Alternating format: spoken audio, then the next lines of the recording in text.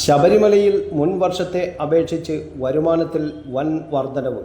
മണ്ഡലകാലം ആരംഭിച്ച് 5 ദിവസം പിന്നിടുമ്പോൾ കഴിഞ്ഞ വർഷത്തേക്കാൾ 5 കോടിയോളം രൂപയുടെ അധിക വരുമാനം ലഭിച്ചുവെന്നാണ് ദേവസ്വം ബോർഡിൻ്റെ അനൗദ്യോഗിക കണക്ക്. തീർത്ഥാടകരുടെ എണ്ണത്തിലും ഗണ്യമായ വർധനവ് ഉണ്ടായിട്ടുണ്ട്. കഴിഞ്ഞ വർഷത്തെ അപേക്ഷിച്ച് 1 ലക്ഷത്തിലധികം തീർത്ഥാടകരാണ് ഈ സീസണിൽ ശബരിമലയിൽ എത്തിയത്.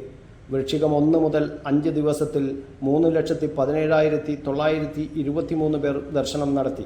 കഴിഞ്ഞ വർഷം ഇത് 2 ലക്ഷത്തോളമായിരുന്നു.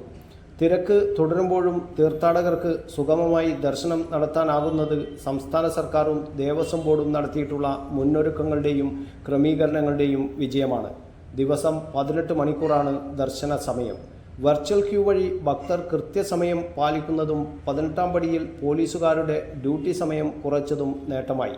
18-ാം പടിയിൽ 1 മിനിറ്റിൽ 80 തീർത്ഥാടകരെയാണ് കയറ്റിവിടുന്നത്. ഒരേ സമയം 15 ഉദ്യോഗസ്ഥരാണ് ഇവിടെ ജോലി ചെയ്യുന്നത്.